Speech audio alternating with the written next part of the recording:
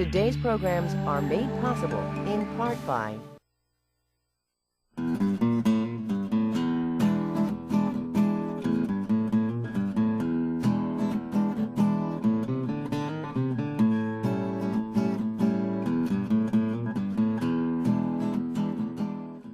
Cambridge Savings Bank, committed to educating young people about the role that finances play in the world around them and how to prepare themselves for the future, because legacy matters. Member FDIC. Water droplets on your tongue. The day tastes sweet. A splash, a laugh, a smile. Our senses are the gateway to how we experience life. Welcome to a WGBH News special presentation. Tonight, candidates John Connolly and Marty Walsh square off in their final televised debate. It's a live election 2013 Boston mayoral debate. Good evening, I'm Emily Rooney. Welcome to our audience on WGBH Channel 2 and on 89.7 WGBH Radio. Tonight's live debate between John Connolly and Marty Walsh is sponsored by the Boston Media Consortium, which includes WGBH.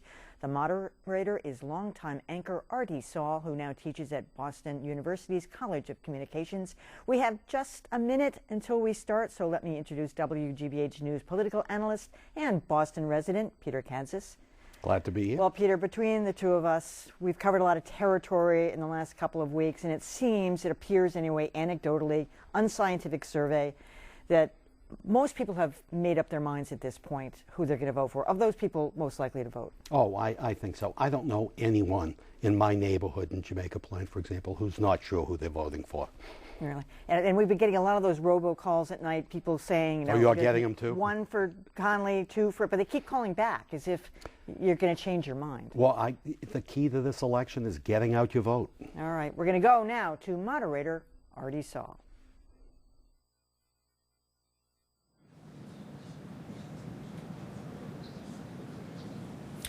Good evening and welcome to the 7 News Studios and the final debate of the Boston mayoral race, cleverly sandwiched, you'll notice, between World Series games.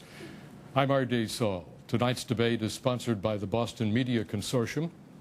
That's made up of WHDH, WCVB, NECN, WGBH TV and Radio, WBUR, and Bloomberg Radio. Let's meet our candidates. First, City Councilor John Connolly. Mr. Connolly, good evening. Good to have you here. Good evening. State Representative Martin Walsh, thanks for being here as well. Final debate of a long campaign. Let's get right to it. First question, and we'll work this with Mr. Walsh, you getting the first response this time, 45 seconds for each of you. Here we are 1 week away from the election, and it seems as if there's been a change in this campaign. On one hand, we have negative flyers, we have negative push-poll phone calls.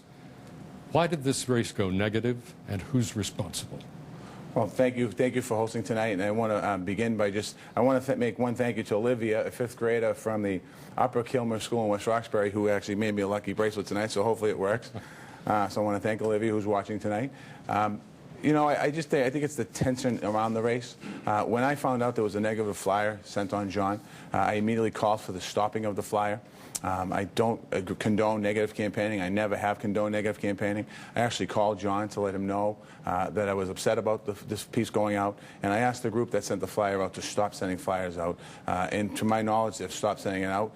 You know, this race shouldn't be about negative campaigning. This race should be about how we're going to improve the quality of schools in Boston, how we're going to make sure that we can create more economic opportunities in the cities for all our city residents, and how we're going to deal with public safety. There are far too many people in this city that go to bed at night worrying about their kids.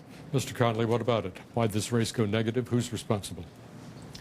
Well, we had tens of thousands of flyers mailed out, which savagely attacked me and my family, put my entire background into question, and were filled with lies. It did come from an outside group. I appreciate the fact that Marty said he didn't want that type of campaign, but Representative Walsh opened the door to this type of campaign when he wouldn't sign an agreement to get outside money out of this race. As for a push poll, my campaign never conducted any push poll. I'm going to run a positive campaign, and there's nothing that I won't say directly to voters or to Marty when it comes to my campaign. So I don't think we've got any place for this negative campaign, but it does raise that larger question. When Marty has premised his campaign on the belief that he can get unions to agree to do things they wouldn't usually do, they won't even listen to him about not negative campaigning. How are they going to listen to him when he's mayor? Come back. My opponent made that claim the other night at the last debate, and he mentioned of the fact that I can't control unions, and which was kind of ironic because when I asked them to stop the negative mailing, they put out a statement saying that there'd be no further negative mailings before the debate. And then my opponent called the press conference, and while he was doing the press conference, he condoned a negative push poll that was been going on around the city of Boston in particular neighborhoods. Now, I certainly know the difference for the voters out there that don't quite understand what a push poll is. When you do polling on a candidate, what happens is you test a negative issue on your candidates. This wasn't a testing. This was an attack on me in certain parts of the city of Boston, and my opponent in this race paid for it. paid Mr. for Connolly it. responsible for that? His campaign paid for it. It's a complete fabrication. There was no push poll or negative attack on Representative Walsh. The article that was written on this was based on the claims of two Walsh campaign supporters. But let's be clear on the facts here. Representative Walsh opened the door to these outside groups coming in. They've spent over $2 million supporting his campaign and have used negative tactics, as part of that support. Representative Walsh first said he didn't want negative campaigning in August, and these groups didn't listen to him then. Then they attacked on a Saturday. He said he didn't want it. On the following Monday, there were two more pieces, and I think it raises legitimate questions about whether Representative Walsh can display the independence that's needed when you're going to be mayor to get people to come to the table and listen. What about it? Adi, I'll just tell you this. My opponent, John, knows that I don't condone negative ads or negative campaigning. He knows all the way back from 2007 when he himself launched an attack on City Council Steve Murphy. We spoke about it then. He knows how I feel about it. He felt pretty bad at the time of doing it, but he certainly, I'm not the one with the history of negative campaigning here. You know how you both have been characterized in coverage of this campaign.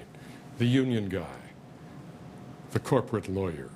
Has this become a class campaign, the working guy and the elitist?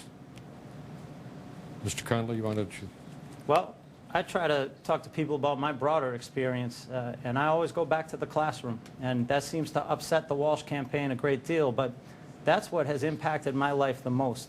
When you go into that classroom and you work with young people who are facing unbelievable odds, incredible poverty, growing up, in some cases, a 12 or 13-year-old essentially raising himself. When you see young people facing these challenges, it really shapes you and it makes you want to go change schools so that they can work for every child. Class campaign? This campaign, I'm proud to have the support of working families in the city of Boston, and that's who I represent here, and that's who I've represented for 16 years on Beacon Hill. My life experiences have given me the opportunity to be able to be a representative on Beacon Hill that fights for better schools, for good quality education, to make sure we have opportunities for jobs. My campaign has been talking about that the entire time. My life has been predicated upon making sure working with people with second chances. Mr. Walsh, why not Mr. Connolly for mayor? Because of my record and my... Why not him for mayor? Because of my record and my accomplishments. I feel that I'm the most qualified for this race. I have a record of accomplishment. Why isn't he qualified? I think the fact that what I stand for.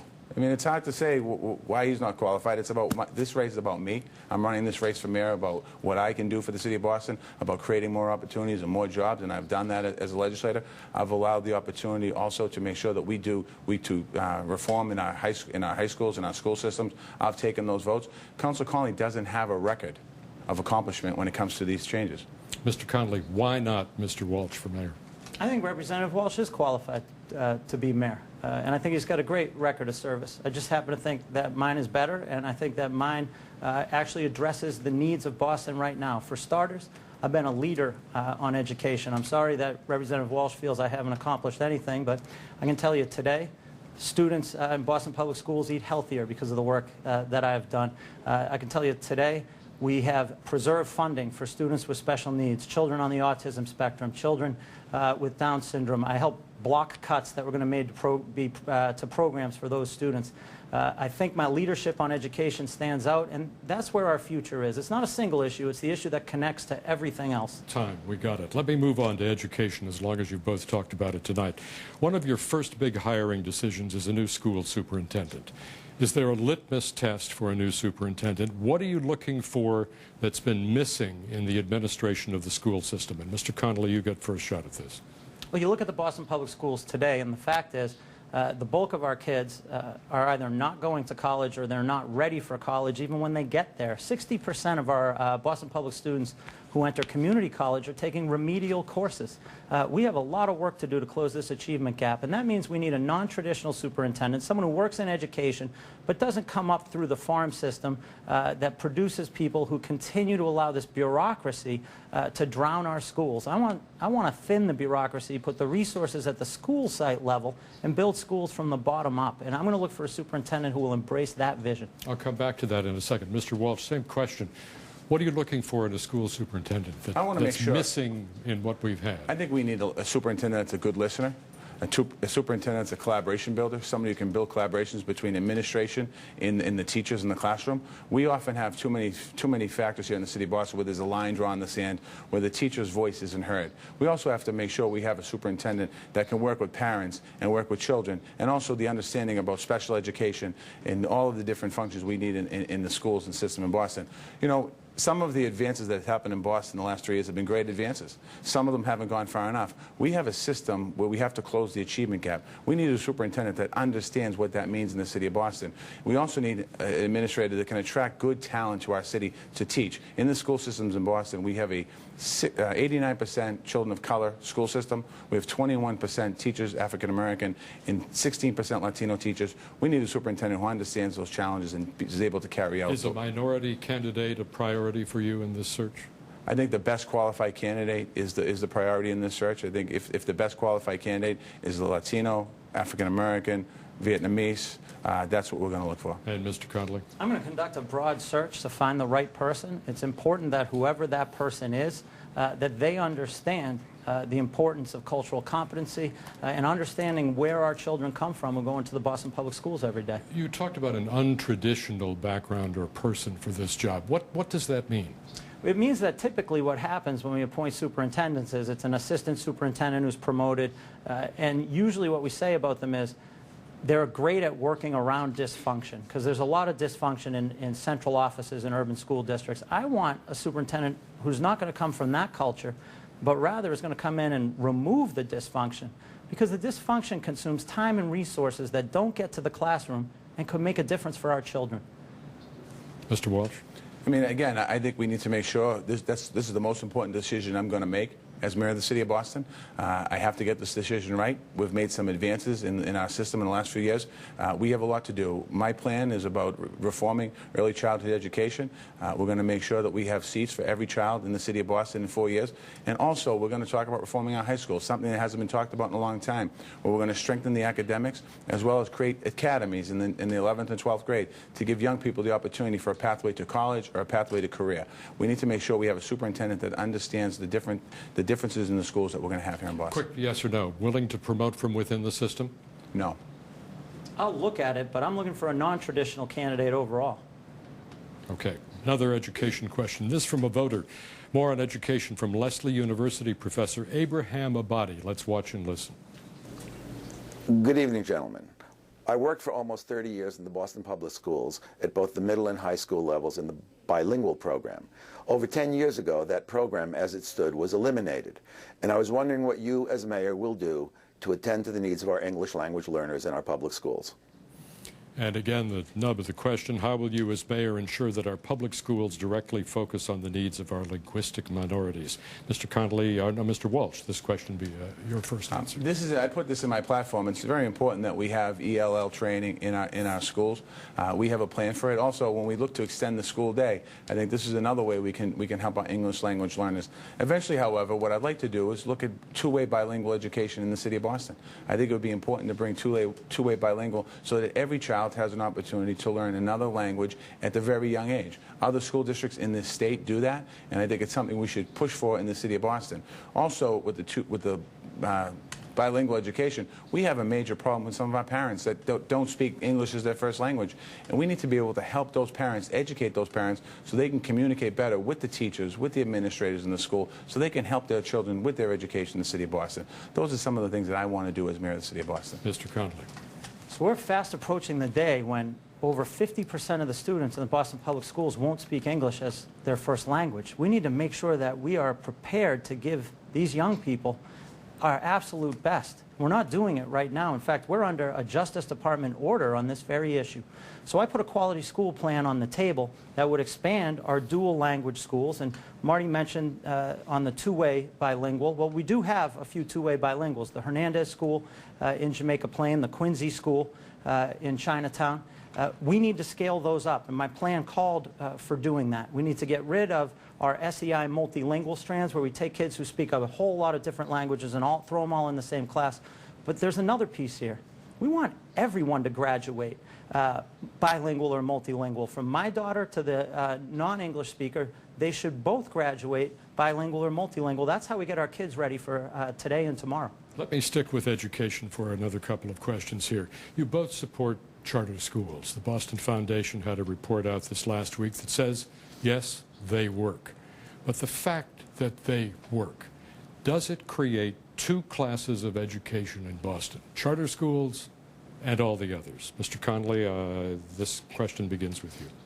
I think, sadly, that this debate gets trapped with a toxicity that says you have to choose one or the other. I'm a Boston Public School parent. My daughter, Claire, goes to the Trotter School on Humboldt Ave in Roxbury. Proud Boston Public School parent. I'm also pro-Boston Charter School.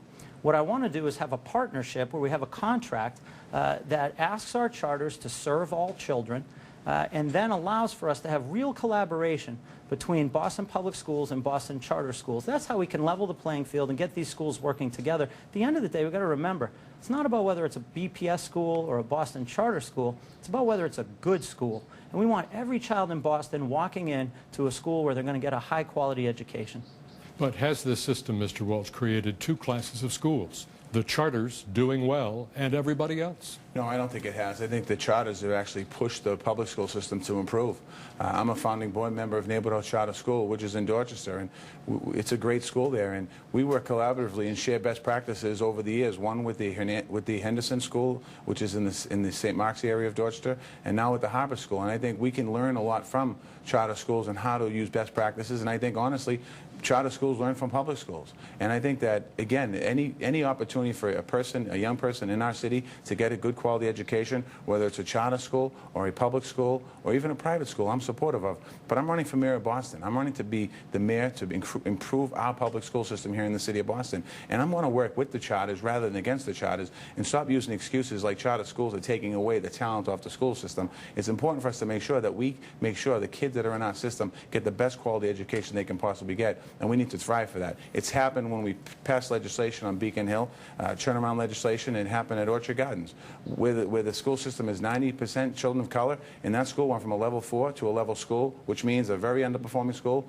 to a top-line school. If we can do it in Orchard Gardens, we certainly can do it in every school in our city. Quick response. My daughter goes to a great Boston Public School, and it was a turnaround school. It went from the bottom to the top, and what we did at the Trotter School was we were modeled on the freedoms that the charter schools have. There is an issue, though. I mean, the charters have higher attrition rates, and we want the charters to do better at serving all children. But what I find when you talk to the charter folks is they're open to this. They want to work cooperatively. And one thing we could do is adopt a universal application, which is something Boston Public Schools had blocked, that would allow all the schools to go on the same list, and parents could have access to all of them at the same time.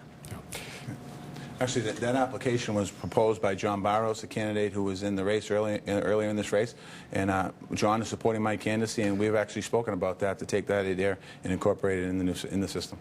I guess we need metrics to measure how schools and students are doing. But are we testing too much? Is teaching being hurt by too much testing? Mr. Connolly, we'll start with you.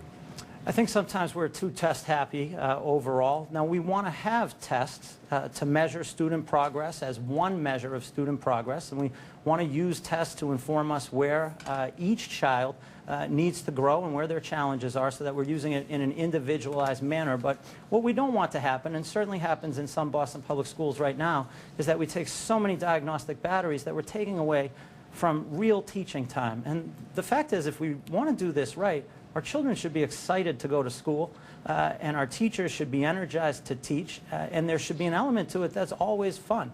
That's how we get schools to really work.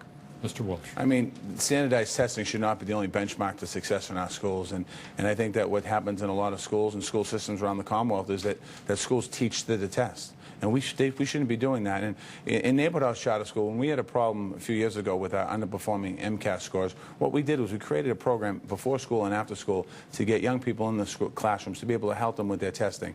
And we're able to sit down and come up with some real good proposals. And actually, after doing that, when those young people took the test later, they turned it around and they did well. And our school, since that point, has learned how to adapt to make sure that our young people are able to perform in the classroom and do well with their grades, as well as perform with standardized testing. I want to move on to an issue that has come up in the previous two debates, and it'll come up in this one right now. There's been a lot of ink and a lot of airtime devoted to the legislation that you filed, Mr. Walsh, calling for binding arbitration and the elimination of City Council review of arbitration awards in police and fire contracts. Once more, let's air this out. Why is this a good idea? The bill I filed, the aim of the bill that I filed was to be able to come up with an agreement before it goes to arbitration during contract negotiations. When a city or town was able to negotiate with a union to talk about how you get to yes, built into that legislation was a provision that's saying that an arbitration award would have to be based on the ability of a city or town to be able to pay for that award. That's what the intent and the aim of my bill was to do.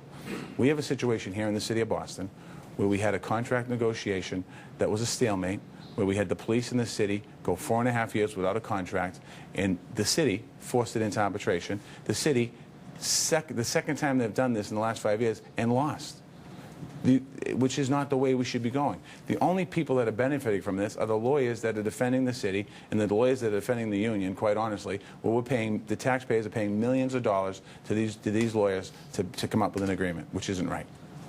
Bad idea? Why? It's a really bad idea. Look, Marty and I both believe in unions, but there's a difference here on priorities. Marty filed a bill that was written by the firefighters union. That's who drafted that bill. He filed it 6 times, and they had him file it for a very simple reason. They wanted to take away the final review of the city council to make sure that we could monitor the fiscal health of the city. Had that bill become law, it's really simple. $200 million bill put on the taxpayers of Boston to fund the firefighter and police contract. Of course I want to make sure that our policemen and firefighters are well paid, but we can't compromise the fiscal health of the city. I think there's another issue here as well, which goes to independence. If we look at that, I don't want to take too much time. I want to hear the point, and then we'll let Mr. Walsh respond. Marty's got over $1 million, $2 million of union money coming into his campaign. He made $175,000 in 2012 in his role as a union leader. And as a state rep, he's up at the State House filing this legislation on behalf of the unions, which would hurt the city of Boston. And if you can't be independent up on Beacon Hill, how are you going to be independent? How are you going to be independent when you're in City Hall? Independence, Mr. Walsh. I mean, here goes John again, exaggerating the facts. First of all, I'm honored to have the support of working men and women. John's figure of $2 million is not accurate, however. I don't know where he's making that up. But the ability to be able to come up with an agreement, certainly I have that ability. I've done that my entire career, where I've sat down at the negotiating table and come up with getting to say yes. John's approach is drawing a line in the sand. As I said earlier, the only people that make out when an agreement goes bad is lawyers. We don't need another lawyer in City Hall right now watching our purse strings in the city of Boston. We need somebody who can build collaborations and build relationships to be able to get to yes. And that's what I will do as mayor of the city of Boston. I have proof that I've done it. I've done it up on Beacon Hill with transportation reform. I've sat both sides down after the transportation reform was done, sat both sides down, which was 2 unions, and we got to yes by doing a conversation. Let's air it out. More time. Go ahead. Well, I think this is the 3rd debate where we're not getting clear clear answer on either independence or what this legislation would do. It's clear this legislation would stand to fiscally devastate the city when you remove the City Council's final review of contracts that are coming in with exorbitant raises. And that means, at the end of the day, that you've got to choose between funding those contracts or funding senior services, community policing, renovations for parks and schools and libraries. I mean, that's why this matters at the end of the day. And you are filing bills that would damage the fiscal health of this city had they passed. Mr. Walsh. Again, my opponent's been in the City Council now for a while, and when this negotiation was going on, and also when they were looking to extend the school day, as the Chair of Education, he did nothing to improve that. And I think that you have to take real leadership positions. If you look at my record, I've been very clear on, and I was the first one to come out against the arbitration award for the police department, which was not popular by my friends. And I also said to people, we need to come to a negotiation. We need to come to an agreement beforehand. John can say whatever he wants about who is the right person to, he hasn't heard this answer, but I'll be clear. Let me be clear.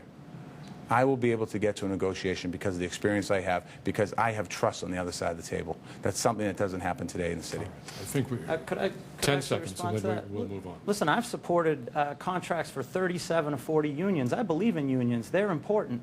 But when you hit a roadblock that could devastate the city financially, then you have to stand up and say, we can't do this. And Marty wants to get to yes, but his issue is what happens when the other side is only going to get to no? What do you do then when you're the mayor? You've got to stand up. That's where We leadership comes into play. This agreement that was just negotiated that wants arbitration with the police should never have gone to arbitration. There's no reason why a city or town can't come to an agreement in 4.5 years with a union. All right, let's stick with unions for a moment. Job creation, a voter question from Hyde Park resident Dacia Campbell. Let's watch and listen. Councillor Connolly, State Representative Walsh. Construction jobs have been a ways for males of color to break into the middle class. However, breaking into the union has proven difficult. As mayor, what would you do to change this? Thank you. And Mr. Connolly, you got the first shot at this. I would start by enforcing the Boston Jobs Residence Policy, which requires that the majority of the jobs go to Boston residents, women and people of color.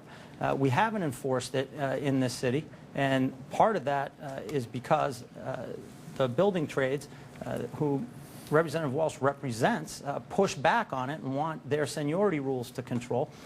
I will allocate real positions in the city budget to enforcing the jobs residence policy and make sure that we're opening these doors for the entire city. I also have an economic development plan premised on wealth creation and supporting entrepreneurship in communities of color. We've got to look to go that way as well. All right, Mr. Walsh. First of all, my opponent, I've never seen him at the jobs policy, BRJP, discussing or talking about the numbers in Boston, but let me tell you what I've done. When I took over the building trades, I recognized right off the bat that we had an issue with not having enough people of color and women in the building trades, and I created a program called Building Pathways, which is a pre-apprentice program, which we were able to get people of color and women into the building trades. When I created this program, it began as a pre-apprentice program to give people skills and give people the ability to have some training in construction. We put on a caveat by sitting down with the building trades and mandating that they take people into the building trades. So we've been very successful as far as starting that program. For the future, what I'd like to do is I want to bring trade schools back to all of the high schools in the city of Boston and give young people the opportunity that aren't going on a pathway to college, that they have a chance to go from high school into the trades so we can continue that pathway in. It's not simply just training people in high school and giving them the education they need, but also giving them that opportunity to get a job. All right, about 30 seconds I need to break. 15, we'll divide it. Anything else on unions? Mr. Connolly? My hubs of opportunity proposal would put a vocational program in every high school. They were really destroyed over the past few decades, and I want to make sure we connect direct to employers. I want to see young people go become lab technicians in Longwood Medical area. And Mr. Walsh, wrap up this section. In my economic development plan, I have put in there a disparity study so we can create more opportunities for contractors, minority-owned and women-owned contractors, so they have opportunities to get on some of these public funded jobs. Marty Walsh, John Connolly. We'll take a little break here, take a breather as we approach the halfway point in the final debate of the race. A break for the candidates and our consortium stations. We'll be right back. Stay with us. All right, we'll be rejoining our live debate between Boston mayoral candidates John Connolly and Marty Walsh in just a moment. I'm Emily Rooney, and I'm joined here by WGBH News political contributor Peter Kansas. We're in a brief intermission, so let's quickly review the debate so far. So I thought right off the bat, the question about the push poll was interesting because John Connolly absolutely denied that his campaign had anything to do with the push poll. Jim O'Sullivan, good reporter for the Boston Globe, reported that, said in certain communities. Marty Walsh said, hey, he knew it happened. I know nothing of it. I didn't get a call, but either it happened or it didn't. But Connolly said his campaign had nothing to do with it. I haven't heard about that. I think this whole allegation that this is a dirty campaign is bogus. Dirty campaigns were back in the Kevin White days, and they were really dirty. This is pretty civilized. Yeah, this has been an incredibly clean campaign, if you ask me. The other interesting issue came up again during the debate over the legislation that Marty proposed regarding binding arbitration. And they are once again, I thought John Connolly scored a few points by saying, it's been your livelihood. The people who helped you draft that legislation were people from the firefighters union. You took it to Beacon Hill. You are paid by the Building and Trades union, and that's why you would represent them. Marty Walsh has gotten better at answering that question, but Connolly scored a home run on that. I mean, I thought that was his strongest performance to date on it, although Walsh has gotten better at answering it. And apparently Twitter has picked up the fact that, that Marty Walsh said, well, we don't need another lawyer in City Hall, and that was, a good score for him there, too. That was a good score. I don't know if people care about that, but as you and I said earlier, I think people have made up their minds. This debate is being staged for people like us, for the media. I don't think it's going to have a big effect on the public at large. They're going to look and see how this goes. Walsh is doing better. Connolly's winning. They both look good, I think. I don't know who's winning, but so far they seem to be pretty even. John Connolly's answers are shorter. I think Walsh's time is taking advantage and taking a few more minutes to talk. All right. We're going to return now to moderator Artie Saul. Welcome back to the final debate before next Tuesday's mayoral election in Boston. John Connolly, Marty Walsh. Let's get right back to it. It's important to have a vision for Boston, for both the residents and the businesses. We have a question from Carol Troxell, president of the Faneuil Hall Merchants Association. Let's watch. There are more than 100 businesses here at Faneuil Hall Marketplace. Many of these businesses are locally owned and operated mom-and-pop shops that have been here for more than 25 years. Our question for you today is, what is your vision of Faneuil Hall Marketplace? And will you continue to be an advocate for the merchants here as well as small businesses across the city, as Mayor Menino has been to us for the last 20 years? Thank you. All right. Thank you, Carol. Marty Walsh, you get the first response to this. I think the vision of Faneuil Hall, as well as the vision for all of Boston small businesses, is to make sure we have a robust and small business community in the city of Boston. I've traveled around this entire city of Boston since this race has gone on, and in Eggleston Square, we have a business community there, business district, and I was talking to an owner the other day, and they were talking to me about the concerns of having to buzz everybody into stores and the conditions of the street, and what's the commitment to the city of Boston to Eggleston Square. And I think the same thing can be said for Faneuil Hall. What's the commitment from the city of Boston? We need to make sure that we use every resource in our office, in the Public Works Department and in the Transportation Department, to make sure that we make sure Faneuil Hall is inviting, but not just Faneuil Hall, all business communities in our city. We have many business districts in this city that need help, need support, and they're just not getting it today. Mr. Connolly. Faneuil Hall is vitally important, particularly to tourism for Boston and drawing people in, so we want to make sure we support it. But the bigger question goes to, how do we support small and new businesses? I've made this a key platform in my economic development plan.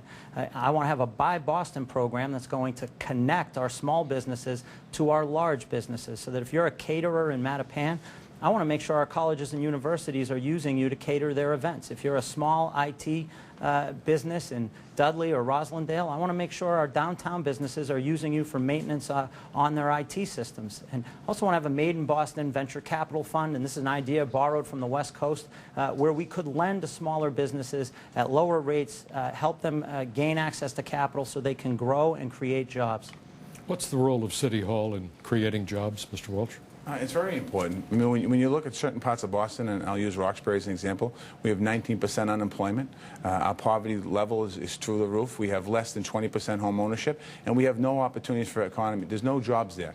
We need to be, City Hall needs to bring jobs to the neighborhoods. We need to make sure that my economic development office will be bringing jobs not just to the downtown area, not just to the seaport, but to the local areas. When we talk about education, improving education, that's important. It's important to close the achievement gap. But if we don't help parents to close their achievement gap as far as unemployment goes and employment and not have opportunities to get good paying jobs, we're not doing a service. City Hall, we have a big opportunity here. I want to create a Boston Economic Development Authority. I'm going to change the structure of the BRA. I'm going to change the structure of the Department of Neighborhood Development. And I'm also going to change tourism, the opportunities for tourism in the city of Boston. I have a plan that looks at big business and small business and how we attract more business to the city of Boston, as well as take the businesses we have here in the city of Boston and allow them to grow. We had a company here, Fidelity, not too long ago, and when Fidelity expanded outside of Boston. We need to make sure that our companies are here and we keep them in the city of Boston. And Mr. Connolly, what can City Hall do specifically, a mayor do specifically, to create jobs? City Hall can do a whole lot. It's part of what I want to do in schools is keep them open at night so that we can have adult education and English as a second language to help offer skills to new Bostonians and Bostonians who are looking for some extra workforce training to get back into that job market and compete. We can create the partnerships with employers across this city to create opportunity. But one piece I want to do here is help more people start small businesses. I want to bring an entrepreneurship center to Roxbury and use the principles in the innovation district that we use for big tech companies. Let's use them for small businesses out in our neighborhoods. I want to bring it to Roxbury, and then I want to expand it to other neighborhoods. All right, we'll leave that one. Let's move on to casinos. East Boston votes next week on a casino proposal without a clear partner for Suffolk Downs. How are people supposed to know what they're voting for? Mr. Connolly? Well, I think the people of East Boston will decide what's in the best interest of that community. It's clearly troubling and very disturbing what happened with Caesars, though I think the Gaming Commission did their job. So they're going to look at the host community agreement, figure out if it's right for the neighborhood, and if they believe a partner will really be able to step in and get it done. But I've got great confidence that the voters will decide what's right for East Boston. No partner for Suffolk Downs on that ballot. Yeah, it is disturbing. It's disturbing that they don't have a partner there. And we also, the vote is going to happen next week, next Tuesday. As John mentioned, the voters of East Boston will decide what they want to do. I think what's going to be the challenge for the next mayor of the city of Boston, if the voters of East Boston decide to vote against a casino, then we're going to have to, the city of Boston will be responsible for making sure to see if Suffolk Downs can survive and what to do on that 160-acre land over in East Boston. Right. That's going to be a question that the next mayor is going to have to face. You're running about a minute ahead and trying to equalize time here, Mr. Welch. Let me stick with casinos for a moment. How does a casino make East Boston a better place to raise children? Well, that's up to the people of East Boston to decide. I think the future of East Boston's in the waterfront, not in the casino or whatever would come to Suffolk Downs. So you'd rather not see it? No, I want the people of East Boston to decide, and I've stated that clearly the entire time, but I think East Boston's economic future is more in the waterfront, where we can preserve open space and access in some wonderful ways. Would you like a casino in your neighborhood? Would I like a casino in my neighborhood directly next to my house? Probably not, no. But again, I think that's up to the people of East Boston to decide. In the same way I said, if you were going to put a casino in West Roxbury, I would want the people of West Roxbury to decide. How does a casino make a community a better place to raise children? I mean, a casino certainly creates jobs and opportunities for folks to be able to raise a family. Right now in East Boston, Suffolk Downs has been losing business for the last 10 years, for the last decade. Many people that work there, and some of them I know personally, that have had an opportunity to raise their family, they're struggling. They don't know what to do. They don't have an education. They don't have the college degrees they need to be able to get a job in the private sector. And a lot of the jobs over there are fundamental jobs where people are cleaning floors and washing and doing things like that, waiting on tables. So it's an opportunity for people to get a job, to be able to raise their family. Would you want one in your neighborhood? If the people of my district wanted it, I'd certainly welcome it. Do you think we'll ever see a casino built near Suffolk Downs or in conjunction with Suffolk Downs, Mr. Connolly? I think we're going to find out next Tuesday, but I think this vote is going to be close, and we'll find out. What about it, Marty Walsh? I'm not sure. It's hard to say. Again, the people of East Boston, both sides in this issue have been very vocal and working very hard to get the issue across. And I think that what happened last week certainly puts a wrinkle into it. But again, the voters of East Boston will decide. In earlier debates, you've both pushed this aside or found a way around it. If you live in East Boston, how do you vote on this on Tuesday? Marty Walsh. Well, I supported the initial legislation that created gaming in Massachusetts, so I would support it. If you live in East Boston, how do you vote next week? I don't live in East Boston, and I want to let the people of East Boston decide. I will say this. I'm deeply troubled by what happened with Caesars. I'm deeply troubled. It would inform my judgment as I entered the booth. But this is up to the people of East Boston, who said to me when I went over there, please let us decide something that's going to disproportionately impact our neighborhood. All right. I tried. Let me move to public safety. Another important hire coming up for the next mayor is the new police commissioner. Obviously, you want experience, but beyond that, what are you looking for? What's needed? What's missing in the management of the Boston Police Department? And Mr. Walsh, you get the first answer. I think that's going to be another big decision that I'm going to be making as mayor of the city of Boston. We need to make sure that our police department reflects our communities in the entire city of Boston. We have 3 areas in this city that the crime is the highest, where there's many shootings. We need to make sure we have a police commissioner that's dedicated and committed to putting the right resources in those particular neighborhoods so we can reduce the violence in our streets.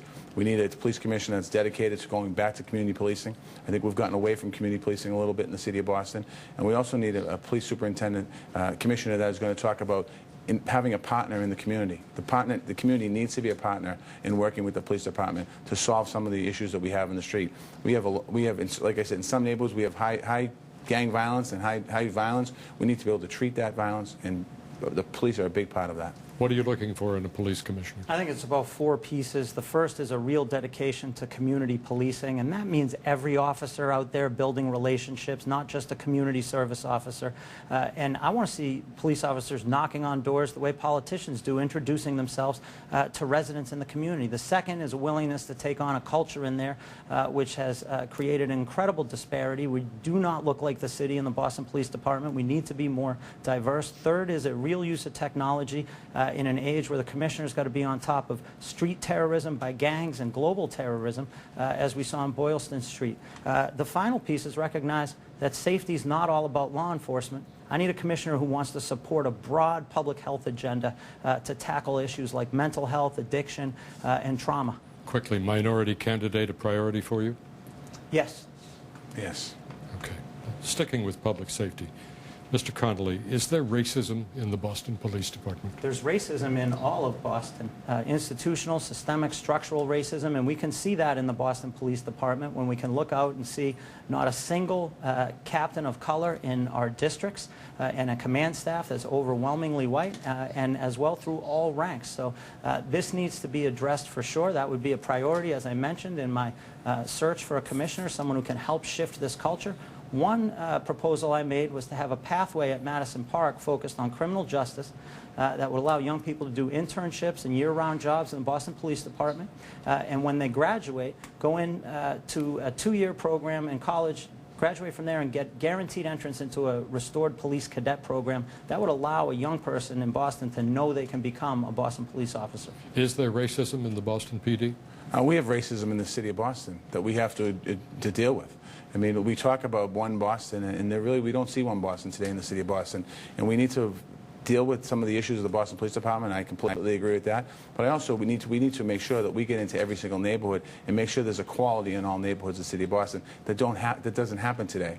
You know, I'm proud to have the support of Charlotte Golar Ritchie and John Barros and Felix Arroyo in my campaign. They endorsed me since the primary. And we've talked about these different issues, about stereotyping young men and young women that are walking around our streets that feel that they can't walk around our streets because of who they are and the color of their skin. We need to change that in the city of Boston. Very quickly, the allegation that there's discrimination in promotion in the Boston PD, true? We have to come up with a system to make sure that we prepare people better to take those tests. True.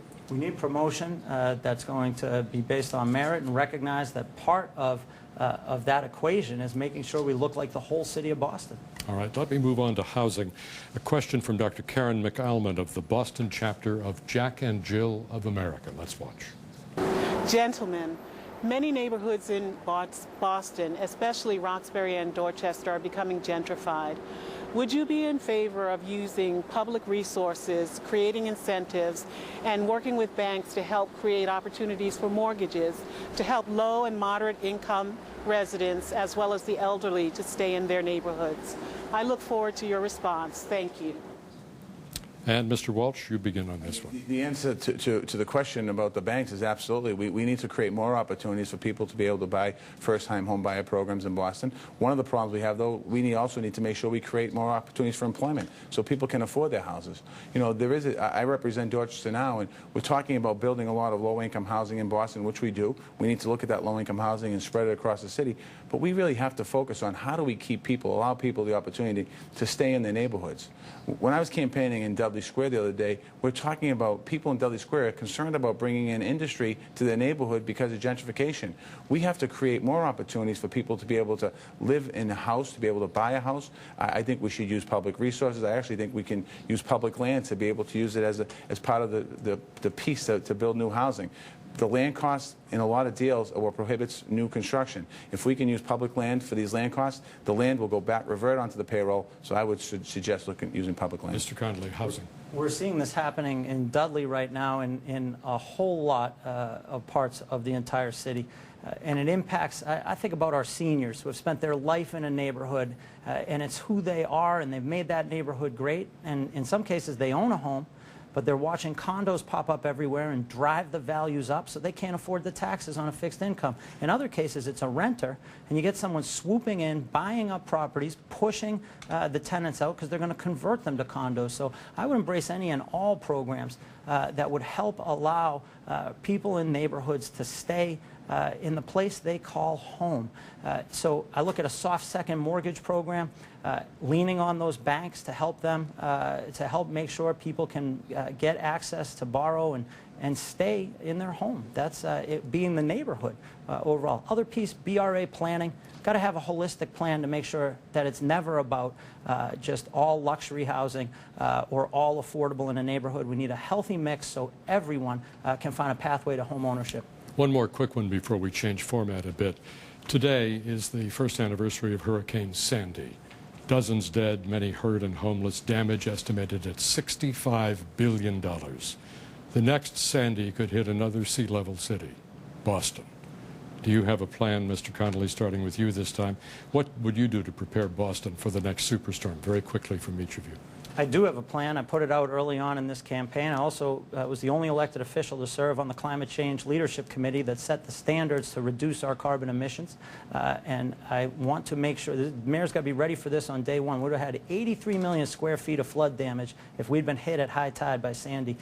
So I want to see everything from emergency preparedness to lowering our carbon emissions in the city. Mr. Walsh. We certainly have to do a better plan with preparing for global warming. There's been a Green Ribbon Commission in the city of Boston that's been established to look at all the different challenges with the environment here in the city. I'd like to take that commission and grow it. I also, when we talk about planning in the city of Boston as far as new construction, we need to be prepared for that. Over in Charlestown, the Spalding Rehab Building was a building that was prepared to withhold the Superstorm Sandy. It's built on floating pylons. We have to really look at the city of Boston, and we also have to talk about how do we get the people in the city of Boston out in case of an... We'll leave it at that. A chance now for the candidates to question each other. A coin toss decided it. Marty Walsh with the first question to John Connolly. Mr. Walsh. Thank you. Let me just start here. There's been a lot of talk recently about negative campaigning in this campaign. And when an independent group who supports me attacked John, I condemned it and asked them to stop. John, the Boston Globe reported that your campaign has paid for phone calls. We spoke about this earlier tonight, attacking me with misleading negative information. Media reports today suggest that you may be planning to run a negative TV ad in the coming days. Now, I'd like to know that we can't control what happens with independent expenditures, but I'd like to ask you this. John, will you commit to me tonight not to only run positive ads for the rest of the campaign? Marty? There was no push-pull against you, and everything that any of my ads will do will reflect exactly what I would say directly to you and what I say in the open public. The violation here was by your outside group, and I appreciate that you said I don't want that kind of campaigning. But the problem was you opened the door for that kind of campaigning when you said that you wanted the outside money in this race. And I wish that you had had the willingness to stand up and say, we don't need outside money in this race. It should be about the two candidates and the two campaigns, and then we could have a completely positive campaign. But instead, what's happened to date is we've had tens of thousands of flyers put out across this city that savaged me and my family. And you may not have liked it, but you opened the door for it to happen. I didn't get an answer to that question. Quick rebuttal, 30 I'd like seconds. to ask John, again, were you willing to stay positive in this campaign on your ads on TV? And Marty, what I'm saying to you clearly here is we're not going to run a negative campaign. We haven't. Everything that my campaign will say, whether it's a TV ad or a flyer, will be based on the exact things I have said to you in these debates. All right, let's move on. Mr. Connolly to Mr. Walsh. Marty, you once told a reporter in reference to your role in unions that you would never bite the hand that feeds you. And then when you were asked about that recently, that reference to that quote, you said, well, I wasn't running for mayor when I said that. And this brings me back to this point that you've been paid $175,000 in 2012 in your role as president of a group of unions. You've had over, I believe it's $2 million, maybe it's $1 million. I can't keep track of all your outside spending at this point, but you've had million at least come in support of your campaign from unions. You're filing legislation for unions which would hurt the city's financial health. You haven't been independent in your role as a state rep. How are you going to be independent as mayor? Thank you, John, for the question. I certainly have expressed many times on this trail of my independence from organized labor, and I've also expressed the fact that I'm proud of organized labor. My father was a laborer. My father worked with his hands every day in his back. He worked extremely hard. He never complained about the elements, working out in the cold or the wind or the sun. When I was a kid, when I came down with cancer, my father, the union, was the ones who stepped up to keep my family above board. I am proud of who I support. I'm proud of the work I've done with working families. But I also know that I can stand up to them when I have to. And I've stood up to the unions on many occasions here as a state legislator, as also as the head of the building trades where I've stood up with them. So I certainly know, as the mayor of the city of Boston, I'll be able to stand up to unions to make sure that we'll get the best deal on the table for the taxpayers and the residents of the city. Right, I need to step in here to get us back on time and make sure you each get 2 questions. Next question from Mr. Walsh to Mr. Connolly. Right. Keep it brief, please. Yes. The people of Boston have been through a lot over the last few years, with the recession hitting lots of families. While the economy is slowly starting to improve, it's important for the next mayor to focus on doing everything he can to support creation of good jobs for all residents of the city of Boston. John, can you name me 3 specific things you've done as a city councilor to create new jobs in Boston? Absolutely. I chaired the Environment Committee on the City Council, where we leveraged the environmental stimulus grant that created green jobs in Boston, and a whole lot of them. And it was a great model. We used it some of the money to go to community-based organizations who trained the workers, who were then hired by companies like Next Step Living in the Innovation District. So that led to the creation of a whole lot of jobs. Second, we can talk about the programs relative to expanding the Innovation District. That came through the city budget process. We created the Innovation District, working with Mayor Menino. That's led to countless jobs. Now, I'll be the first to say there's the companies that do the hiring, but the Innovation District doesn't happen if I don't take those votes on the council. We also leveraged stimulus grants in a number of areas to save jobs, and I think that's really important. Your campaign made an allegation the other day about that was totally false. Mr. Connolly, all right. I need to keep us back on time here. Final question of this segment, Mr. Connolly to Mr. Walsh. Marty, you serve as chair of the, or served as chair of the House Ethics Committee. Yes. You were paid $15,000, I believe, in 2010 and 2011 total in that role. You never held a public hearing. And I'm wondering if it was just the case that there was no need for the House Ethics Committee up on Beacon Hill during those 2 years. Thank you, John. John, as an attorney, you certainly know that the rules of the Health Ethics Committee precludes us from talking about any cases that came in front of the committee. You would know that, or maybe you don't know that, but as an attorney, I'm assuming you should know that. And the committee would only have a report if there was a finding of a case that we had. So there was no finding on any case you had, and yet at the same time, there was a state representative who's now in jail for committing election fraud, and it would appear the House Ethics Committee took no action on that, certainly never filed a report on that. Well, as you know, John, by law, I'm prohibited from talking about any case in front of the state. But you did say if you took any action on it, you would have to file a report. If there was a final action on it, we so would be filing a report. So there was no final action on that matter? In the House of Representatives. Okay. I'm going to ask one final question of both of you. Whichever one of you is elected, you have to follow a tough act. Tom Menino. How should we measure you 100 days into your administration? Mr. Connolly, we'll start with you. Make it brief, please. What's the standard? What's the bar? I want people to see a top-to-bottom audit of the Boston Public Schools as we begin to shift the resources down to the school site level. I hope people will judge me on that. I want to see a citywide summit that's going to lead to a comprehensive plan for safe and healthy neighborhoods. I hope people will judge me on that. And Mr. Walsh, the bar for you 100 days into your administration. The reflection of my cabinet, number one, to make sure my cabinet reflects what I've been talking about, the reflection of the city of Boston, making sure the choices that I have are taking care of the young people in the city of Boston and the seniors in the city of Boston, that we address the needs and issues of those vulnerable populations in some cases in the first 100 days, and also a master plan to deal with transportation, education, and public safety. All right, we'll leave it at that. The hour has flown by. Time left for closing statements by each candidate. 45 seconds each. Mr. Connolly, you're first. Thank you, RD. I appreciate it. And I want to take a moment to talk directly to the voters of Boston. I'm John Connolly. I'm a Boston Public Schools parent. I'm a former teacher who's taught children from every neighborhood in Boston. I believe our future starts with our schools. I have been a bold leader willing to take on the tough decisions and make the hard decisions that are needed to transform our Boston Public Schools. I don't do this because I'm a single issue candidate. I do this because our schools connect us to every other issue. If we want to have safe and healthy neighborhoods, we need better schools. If we want to have a stronger economy, we need better schools. I hope you'll give me a vote on November 5th, and together we'll make sure Boston works for everyone. And Mr. Walsh, your closing statement. I'd like to thank you and the consortium for tonight's debate. I'm a proud son of immigrant parents who came to this country to build a better life. I grew up in a great neighborhood in Dorchester. I grew up in a three-family house. I've overcome challenges in my life, cancer as a young boy, alcoholism as an adult. I got elected to the Massachusetts House of Representatives. In my entire time in the legislature, I've spent building better schools, creating opportunities for folks, and also allowing people the second chances and working on public safety issues.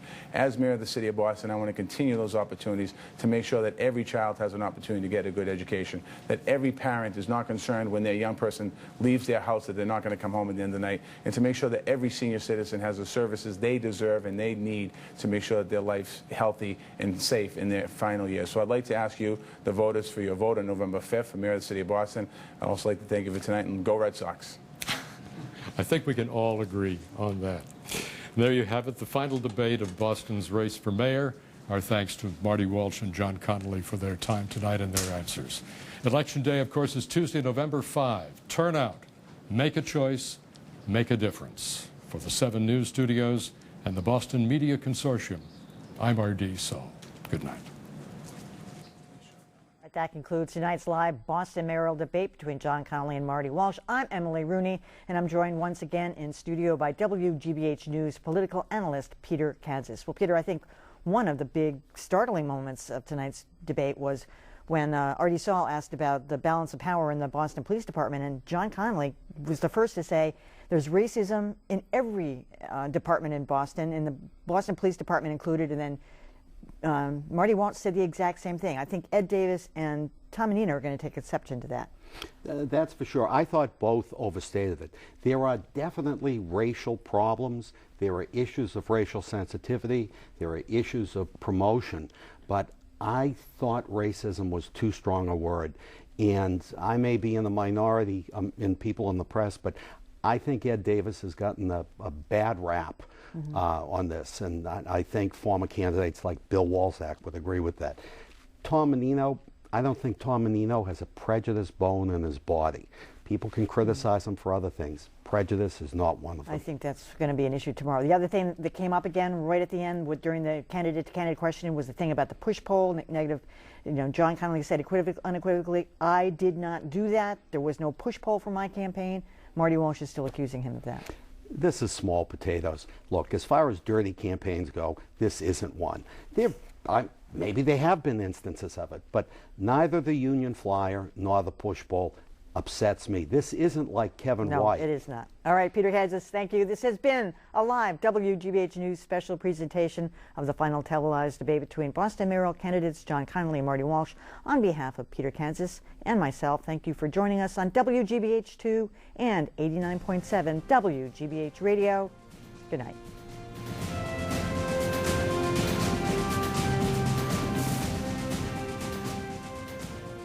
Next time on